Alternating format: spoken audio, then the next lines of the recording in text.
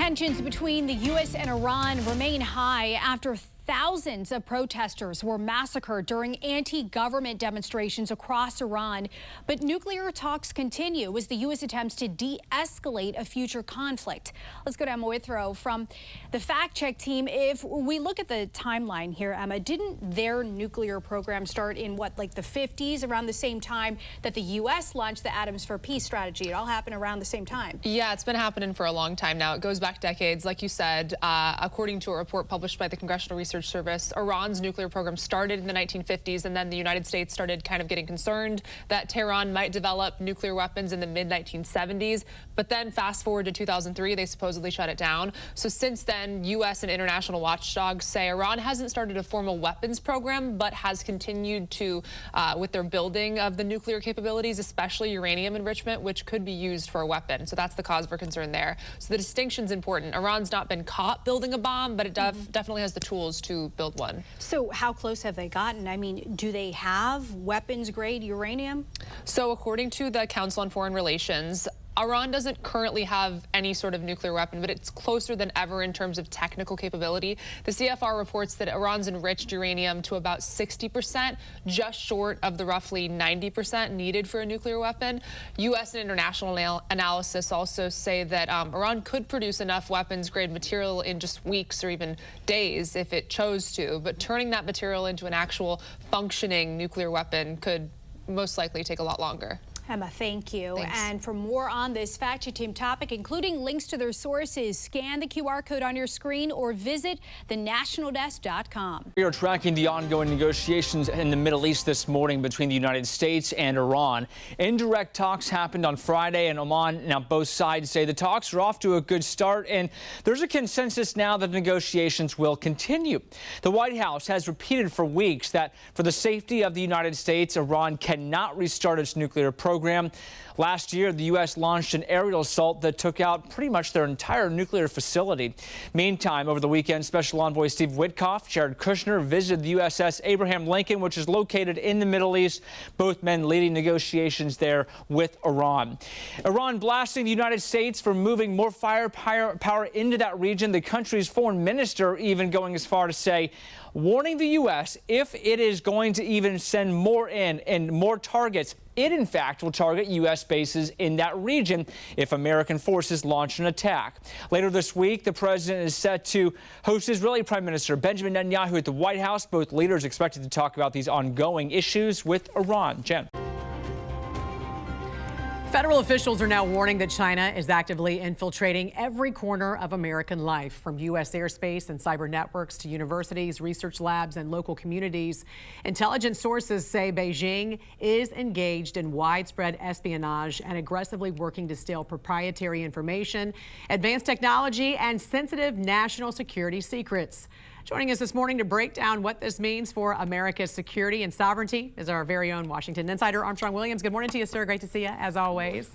So we have seen Chinese surveillance balloons. We've seen cyber intrusions, biolabs we just talked about, illegal drugs smuggled into the U.S. We know this is a coordinated strategy. So what should Americans understand about the CCP's long-term goals and how different is their approach to warfare and influence compared to perhaps maybe like a traditional military conflict? Well, I think the most glaring indication of this is that we often forget is the fact that Governor Kathy Hochul had one of her top aides, who's a Chinese spy, being paid $3 million. And when you can operate at that level and gain that kind of access and meet security clearance, and they infiltrate your systems, I mean, that's just the tip of the iceberg. Another aspect we don't talk about, Jan, is how these consulates in Los Angeles or in San Francisco, when Gene came over, and how they were able to bring these threats in, put them in the hotels, and then put them out to protest, to cause disruption, to attack police. These are the kinds of things we don't see. And the hundreds of thousands that came across the border, they never asked for public assistance from our agencies. Where are they? Who take care of them? Who provide for them? And while they're providing for them, what are the expectations for providing everything across the board for them? Those are the things that we ignore. Where are they now? What are they up to? What are they doing? And we're beginning to see it, as you mentioned, the balloons, what happened in Michigan, what happened recently at the lab in Las Vegas. And just think about Jan, think about this. They knew about this from the raid in California 3 years ago. What took so long to finally close down the lab in Vegas? Are we being paid? Are we being bought off? Is somebody being paid to turn another eye away from this kind of crime and behavior? It's really scary. Yeah, right. Is there a bigger conspiracy involving some lawmakers? What are the most immediate steps the U.S. should be taking right now, Armstrong, to protect our sovereignty and our intellectual property? We must ban these Chinese nationals from coming in. We talk about deportation criminals and gangs. This is a different kind of crime that's being committed. They should not come on American soil, and we should really go into these different universities and these corporations and make sure that we do a deep dive to investigate just where their loyalty lies. And you will find it's not to the United States of America. And they have to do this or else they will be punished in their own country. It's their job that they're doing. And their loyalty is to China, not America. That's right, to the CCP, to your point. At the same time, Armstrong, we see Democrats in Congress resisting stronger border security and national voter ID requirements. How does weak internal security compound the risks posed by foreign adversaries like China? Can you imagine if we start saying you don't need an ID to go through the airport? You don't need the ID to get into a government building. I mean, it's just really insane. You need a government, you need to show an ID if you're a certain age at a bar. It's just what these Democrats have been able to dumb down and make us believe that they're protecting Latinos and blacks because they're disenfranchised. You need an ID for everything because people can vote and say they're you, and they can vote over and over again. We've got to protect the integrity of our election system, Jen. It's just insane what we've been reduced to believe. And the majority of Americans agree with you. That's what every poll has shown. Turning to Iran, Armstrong, we've seen mass protests met with these shoot-to-kill orders, reports of tens of thousands now dead. How do you assess the regime that is killing its own people more effectively than any foreign enemy could? Well, Jan, you know, they've been doing this for the longest. This is nothing new. And our vice president is headed to the region now to try to come up with some kind of agreement on these nuclear arms race with Iran. Iran has announced that they're making progress, but they're also saying there's an imminent threat of war with the United States with this. Aircrafts flying over there, over airspace, Israel being involved. They're telling, even the American embassy has asked all Americans to get out of Iran immediately. What does that tell you? Yeah, and you know, during the Israel-Gaza war, many activists and Democrats used civilian casualties as a rallying cry, and now many of those same human rights voices are silent as Iran carries out brutality at scale against its own citizens. Armstrong, great to talk to you this morning, as always. Hope you have a great week. Thanks for joining us. Thank you, Jen. The Department of War is terminating education ties with Harvard, ending all professional military education, fellowships, and certificate programs. War Secretary Pete Hegseth said the university had become too woke, trying to radicalize officers with globalist agendas. Today, this university, with such a unique history, which receives billions of our federal tax dollars, is one of the red-hot centers of hate America activism. Why should the War Department support an environment that's destructive to our nation and the principles that the vast majority of Americans hold dear? The answer to that question is that we should not. And as a result, Hegseth also said the Army, Navy, and Air Force will evaluate any existing graduate programs for active duty service members at all universities in the coming weeks as well. Lawmakers are warning the U.S. is facing a new kind of threat from illegal labs in American neighborhoods and fake scientific research slipping into government programs. National News Desk's Angela Brown joins us right now to explain, and the CCP behind it all. This is terrifying. You're right, because you talk about these labs. They're in regular communities in people's neighborhoods like Las Vegas, and then you have this so-called could be fake science that could weave its way into our research here in America, and this is all driving new calls in Congress for stronger biosecurity safeguards.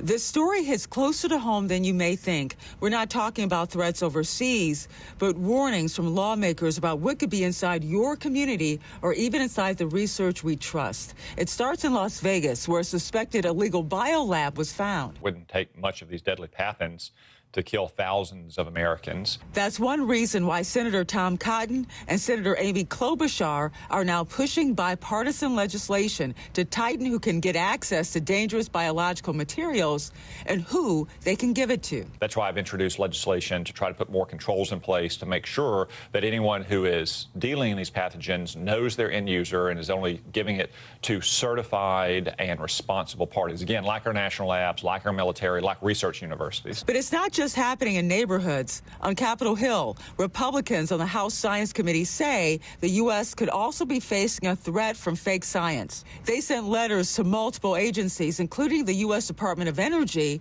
warning that China-linked paper mills may be pumping fraudulent studies into American academic journals, studies that could affect real taxpayer-funded research. Now, from the outside, these two incidents, they're not connected, but overall, when you look at the big picture, Republicans say together they highlight a larger problem, China's potential reach into American academic scientific information and also public health spaces. Yeah.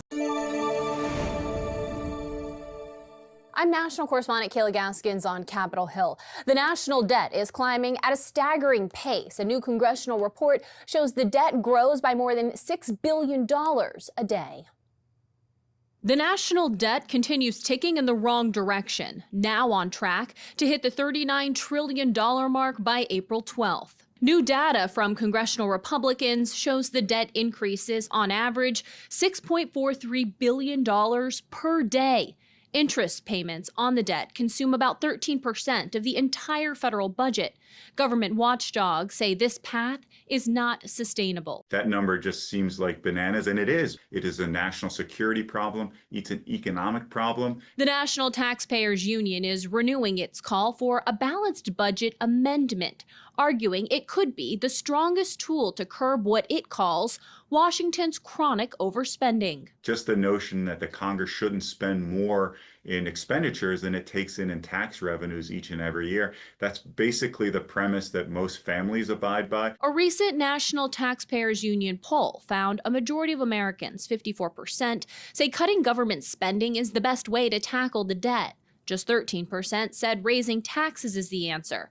Others are floating more unconventional solutions. Last week, Medicare and Medicaid Administrator Dr. Mehmet Oz suggested the national debt could be reduced if Americans worked longer and delayed retirement. To start working a year earlier, right out of high school, or work a year later, not retire, it would generate about $3 trillion. $3 trillion to the U.S. economy.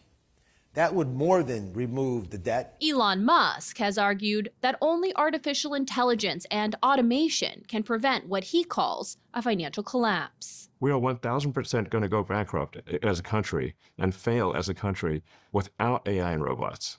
Nothing else will solve the national debt. Musk's Department of Government Efficiency did find billions of dollars in government waste and fraud, but even he admits it's extremely difficult to cut enough waste to change the big picture national debt problem. On Capitol Hill, I'm Kayla Gaskins.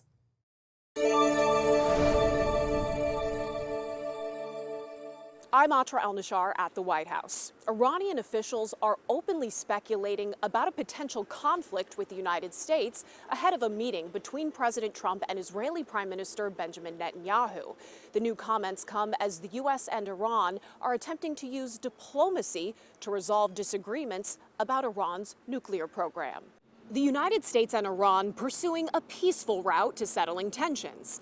Both, however, making it known they're not afraid of the alternative. We are men of diplomacy, but we are men of war, too. The U.S. wants to prevent Iran from developing a nuclear weapon. Iran wants the U.S. to lift sanctions detrimental to its economy. The first indirect talks were mediated by Oman last week. I think Iran looks like they want to make a deal very badly, as they should. Last time they decided maybe not to do it, but I think they probably feel differently. President Trump referring to failed talks last year preceding U.S. strikes on Iranian nuclear sites. A spokesperson for Iran's armed forces saying this on state TV Monday. We are not going to surrender to U.S. pressure and to U.S. demands. While the diplomatic process plays out, he says they stand ready to respond to potential U.S. military action, which President Trump has said is not off the table. Certainly, this time the response will be much more decisive. We will create economic problems and issues for the United States. When it comes to the substance of these talks, a top source of tension is Iran's ballistic missile program. Iran refuses to discuss it. The missile is something that is defensive. We cannot talk about defensive matters, not now and not in the future. Back in Washington, President Trump preparing to host Israeli Prime Minister Benjamin Netanyahu at the White House Wednesday. Netanyahu's office says the prime minister believes any negotiations must include limitations on ballistic missiles and a halting of the support for the Iranian axis. The outcome of these talks, which may resume as soon as this week, could come down to the red lines the U.S. and Iran are drawing on Iran's enrichment of nuclear material. Iran says they have the right to do this and that it's for peaceful purposes only. President Trump says it cannot be tolerated, even at the lowest level. At the White House, I'm Atra El-Nashar.